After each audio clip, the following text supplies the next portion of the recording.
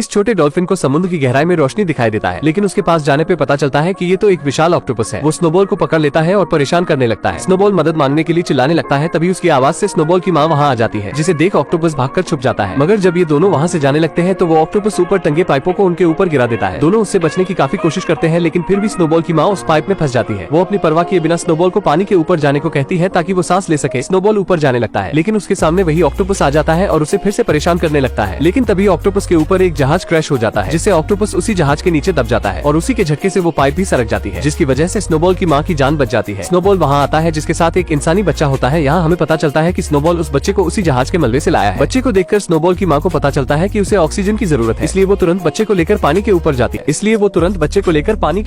है। इसके बाद हम समुद्र के कई क्रीचर्स को देखते हैं और इन सभी का एक कछुआ सरदार होता है। सरदार को उस बच्चे की मासूमियत देखकर उसे समुद्र में रहने की इजाजत दे देता है। इसके बाद स्नोबॉल की माँ उस बच्चे का नाम लुकस रखती है। समय बीतता है और हम स्नोबॉल और लुकस को देखते हैं, जो अब बड़े हो चुके हैं और वो हमेशा हंसी खुशी खेलते रहते हैं। लेकिन एक दिन स्नोबॉल लुकस को उसकी सच्चाई बता देता है कि वो उसे जहाज के मलबे में मिला था और ये भी कहता है कि तुम डॉल्फिन नहीं हो और न ही कोई क्रिएचर, तुम तो बस एक इंसान के बच्चे हो। ये बात सुनकर लुकस उससे और भी सवाल पूछने लगता है और कहता है तो मुझे उसी जहाज के मलबे के पास ले चलो। लुकस के काफी जिद करने पर स्नोबॉल उसकी बात मान जाता है और दोनों वहाँ पहुँच जाते हैं। लुकस जहाज के मलबे के अंदर जाने के लिए उसका दरवाजा खोलता है और दोनों अंदर चले जाते हैं, लेकिन दोनों इस बात से अनजान थे कि इनकी इस गलती की वजह से सालों पहले कैद हुआ ऑक्टोपस मलबे से बाहर निकल जाएगा और इन्हें पता भी नहीं चलता। तभी लुकस को एक लॉकेट मिलती है। लुकस उसमें लगी फोटो को अपनी माँ मानकर उसे रख लेता है और वहीं इन्हें ढेर सारे चमकते हुए प्लांटिस मिलते हैं, जिसे खाने के बाद दोनों अपना होश खो बैठते हैं और खुशी से खेलने लगते हैं। लेकिन स्नोबॉल की माँ को ये बात पता चल जाती है कि स्नोबॉल लुकस को सारी सच्चाई बता चुका है और ये दोनों जहाज के मलबे में भी गए थे। लेकिन लुकस स्नोबॉल की माँ से गुस्सा हो जाता है, क्योंकि उन्होंने उससे ये बात छिपाई थी। इसलिए लुकस को लगता है कि उसकी असली माँ उसे जहाज के मलबे में मिल सकती है और लुकस स्नोबॉल के साथ वहाँ पहुँच जाता है। लेकिन तभी वहाँ स्नोबॉल की माँ आ जाती है, जो उन्हें वहीं रुकने को कहती है और खुद की जान खतरे में डालकर मलबे के अंदर लुकस की माँ को ढूंढने चली जाती है। लेकिन तभी इसका फायदा उठाकर वो ऑक्टोपस स्नोबॉल की माँ को उसी मलबे में कैद कर देता है। ये दोनों अपनी माँ को बचाने की बहुत कोशिश करते हैं, लेकिन लुकस को ऑक्सीजन की कमी होने लगती है। इसलिए स्नोबॉल की माँ स्नोबॉल को उसे ऊपर ले जाने को कहती है ताकि उसे ऑक्सीजन मिल सके। स्नोबॉल ऐसा ही करता है और कठिनाइयों का सामना करते हुए लुकस को बचा लेता है। इसके बाद ये दोनों अपने कबीले के सरदार के पास जाते हैं और उन्हें सारी बात बताते हैं, लेकिन उन्हें लगता था कि वो तो सालों पहले ही मर चुका है। तभी वहाँ वो ऑक्टोपस आ जाता है और सभी को बताता है कि मैं पहले से और भी ज्यादा ताकतवर हो चुका हूँ, क्योंकि मैंने जहाज के मलबे में पड़े कई सारे प्लांटिस को खाए थे और उस डॉल्फिन को मैंने मार दिया है। इसके बाद वो ऑक्टोपस अपने शरीर से इंक निकालकर सभी को हिप्नोटाइज कर देता है। वो स्नोबॉल और टर्टल को पकड़ लेता है। लुकस उन्हें बचाने की कोशिश करता है, लेकिन वो ऑक्टोपस उसे भी पकड़ लेता है और कहता है तुम हमें से नहीं हो और तुम्हारी जगह यहाँ नहीं बल्कि पानी के बाहर जमीन पर है, इसलिए मैं तुम्हें वहीं भेज दूंगा। तभी वहाँ से कुछ मछुआरे मछली पकड़ते हुए जा रहे थे। ऑक्टोपस हिप्नोटाइज हुए मछलियों से लुकस को उनके जाल में फंसा देता है, जिससे वो दो मछुआरों को मिलता है, जिनमें शामिल था एक बूढ़ा इंसान और कैप्टन मरवरिट। बूढ़ा आदमी मरवरिट को उस बच्चे का ख्याल रखने के लिए कहकर समुद्र में मछली पकड़ने चला जाता है।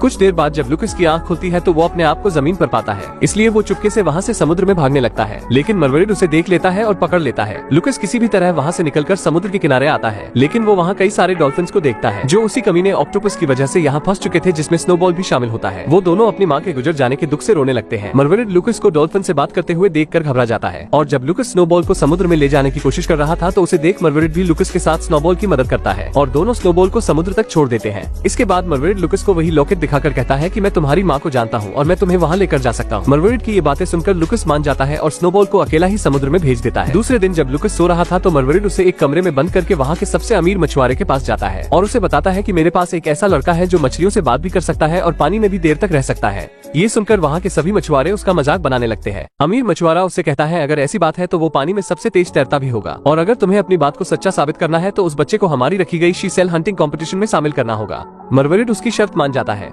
इसके बाद हम लुकस को देखते हैं, जो उस कमरे से बाहर आ चुका था। वो बाजार में अपनी माँ को ढूंढ रहा था कि तभी उसे किसी के मदद की पुकार सुनाई देती है। जब वो अंदर जाकर देखता है तो वहाँ एक मछली होती है जिसे मछुआरे कैद करके रखे थे। ये देखते ही लुकस उस मछली को लेकर भागने लगता है, लेकिन सभी बाजार के लोग उसे चोर समझकर पकड़ने लगते हैं। लुकस किसी भी तरह उसे समुद्र तक ले जाने की कोशिश करता है, लेकिन उसके सामने सभी मछुआरे उसे पकड़ने के लिए खड़े थे। लेकिन लुकस उस मछली को उनके ऊपर से समुद्र में फेंक देता है, जिससे मछली बहुत खुश होती है, लेकिन जब वो समुद्र में गिरती है तो फिर से उसी कांच के बर्तन में फंस जाती है। इसके बाद मरवरिट लुकस को मछुआरों से बचाकर अपने घर लाता है और दूसरे दिन से उसकी ट्रेनिंग शुरू कर देता है। एक दिन मरवरिट लुकस से डील करता है कि अगर तुम इस कंपटीशन को जीत गए तो मैं तुम्हारी माँ से तुम्हें मिलाऊंगा। इसी तरह कंपटीशन का दिन आ जाता है, जहाँ मछुआरों के 4 आदमी एक एक करके समुद्र में कूद जाते हैं। इसके बाद लुकस स्नोबॉल को बुलाता है और उसके साथ समुद्र के तल में सीशेल ढूंढना शुरू कर देता है। वहीं हमें समुद्र में एक और आदमी नजर आता है, जो समुद्र में स्विमिंग सूट पहनकर किसी चीज की तलाश कर रहा होता है।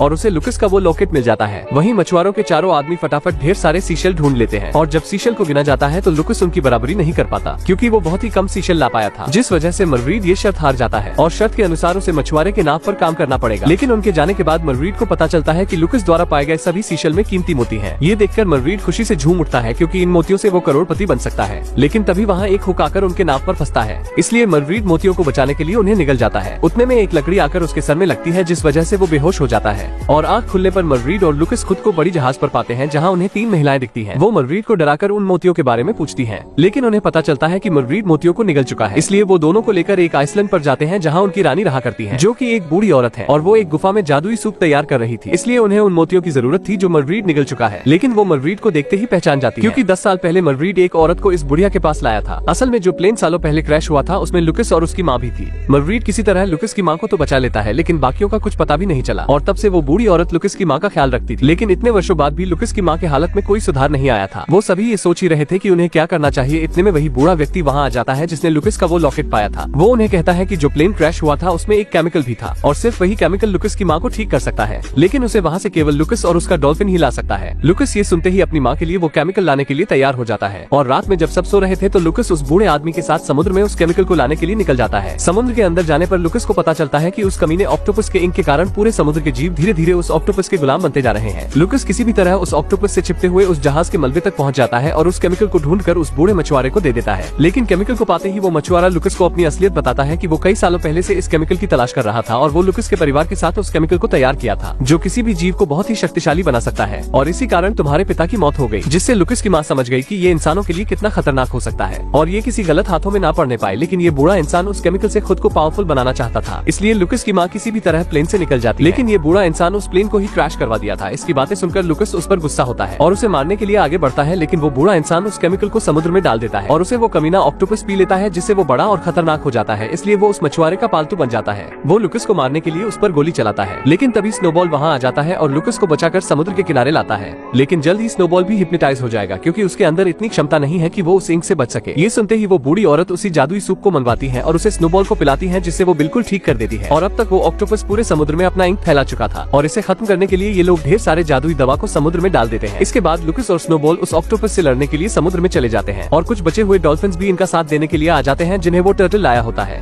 इसके बाद हम देखते हैं कि लुकस की तरफ डॉल्फिन्स थे और ऑक्टोपस की तरफ हिप्नोटाइज हुए जीव थे। दोनों लड़ने के लिए आगे बढ़ते हैं, लेकिन लुकस और स्नोबॉल उन सभी क्रीचर्स को चकमा देते हैं और उन सभी को उसी आइलैंड की ओर ले जाते हैं जहाँ उस बूढ़ी औरत ने जादुई दवा डाली थी और उस दवा को एक वेल मछली अपने पूंछ की मदद से समुद्र में मिला रही थी। ये सभी हिप्नोटाइज हुए क्रीचर्स जैसे ही उस दवा के संपर्क में आते हैं तो सभी नॉर्मल हो जाते हैं। इसके बाद कुछ मछुआरे भी मरवीड के साथ उस ऑक्टोपस का सामना करने के लिए पानी में कूद जाते हैं। स्नोबॉल और लुकस ऑक्टोपस के पास जाते हैं और एक शार्क उस ऑक्टोपस को काट लेता है, जिससे ऑक्टोपस अपना मुंह खोलता है और कुछ मछलियां मिलकर उस जादुई दवा को उसके मुंह में डालने की कोशिश करती हैं। लेकिन ऑक्टोपस उससे बच जाता है और स्नोबॉल को पकड़ लेता है। लेकिन तभी मरवीड उसके शरीर में भाला मार देता है और सभी मछुआरे मिलकर उसके ऊपर एक बड़ा जाल डाल देते हैं। लेकिन वो कमीना इंसान उस ऑक्टोपस को वो केमिकल पिला देता है, जिससे वो एक बड़ा राक्षस बन जाता है और अब वो बूढ़ा इंसान भी उस पर काबू नहीं कर पाता और वो ऑक्टोपस उस बूढ़े इंसान को ही खा जाता है और अब कोई भी उसका सामना नहीं कर सकता। इसलिए लुकस बहुत ही दुखी हो जाता है और रोने लगता है। ऑक्टोपस अब उस आइलैंड तक भी पहुंच चुका था जहां लुकस की माँ होती है। ये देखकर लुकस कहता है कि इस समुद्र की तरह मेरे आंसू भी खारे हैं। इसके बाद लुकस अपनी माँ को बचाने के लिए उस आइलैंड की ओर भागता है और उस वेल मछली के सांसों के सहारे उड़ते हुए ऑक्टोपस के मुंह में जा गिरता है, जिससे सभी लोग बहुत ही दुखी हो जाते हैं। इसके बाद स्नोबॉल पानी के अंदर जाता है जहाँ वो लुकस के साथ उसकी माँ को देखता है। लुकस की माँ लुकस को स्नोबॉल को देती है और गायब हो जाती है। स्नोबॉल लुकस को मरवीड के पास लाता है। मरवीड उसके पेट से पानी निकालने लगता है, जिससे लुकस को होश आ जाता है, जिससे सभी लोग खुश हो जाते हैं। हमें पता चलता है कि उसकी माँ पहले ही मर चुकी थी और उनकी ही आत्मा बच्चे को बचा रही थी। इसके बाद जब दोनों खेल रहे थे तो हम उसी ऑक्टोपस को देखते हैं जिसकी पूरी पावर्स जा चुकी थी और वो उतना ही छोटा हो चुका था जितना मूवी की शुरुआत में था और मूवी की यही पर ही हैप्पी एंडिंग हो जाती है। दोस्तों, यहाँ तक आ ही गए हो तो वीडियो को एक लाइक जरूर करें और भी ऐसी ही मूवी एक्सप्लेन वीडियो देखने के लिए चैनल को भी जरूर सब्सक्राइब करें। हम मिलेंगे आपसे बहुत ही जल्द ऐसी ही धमाकेदार वीडियो में। तब तक के लिए गुड बाय।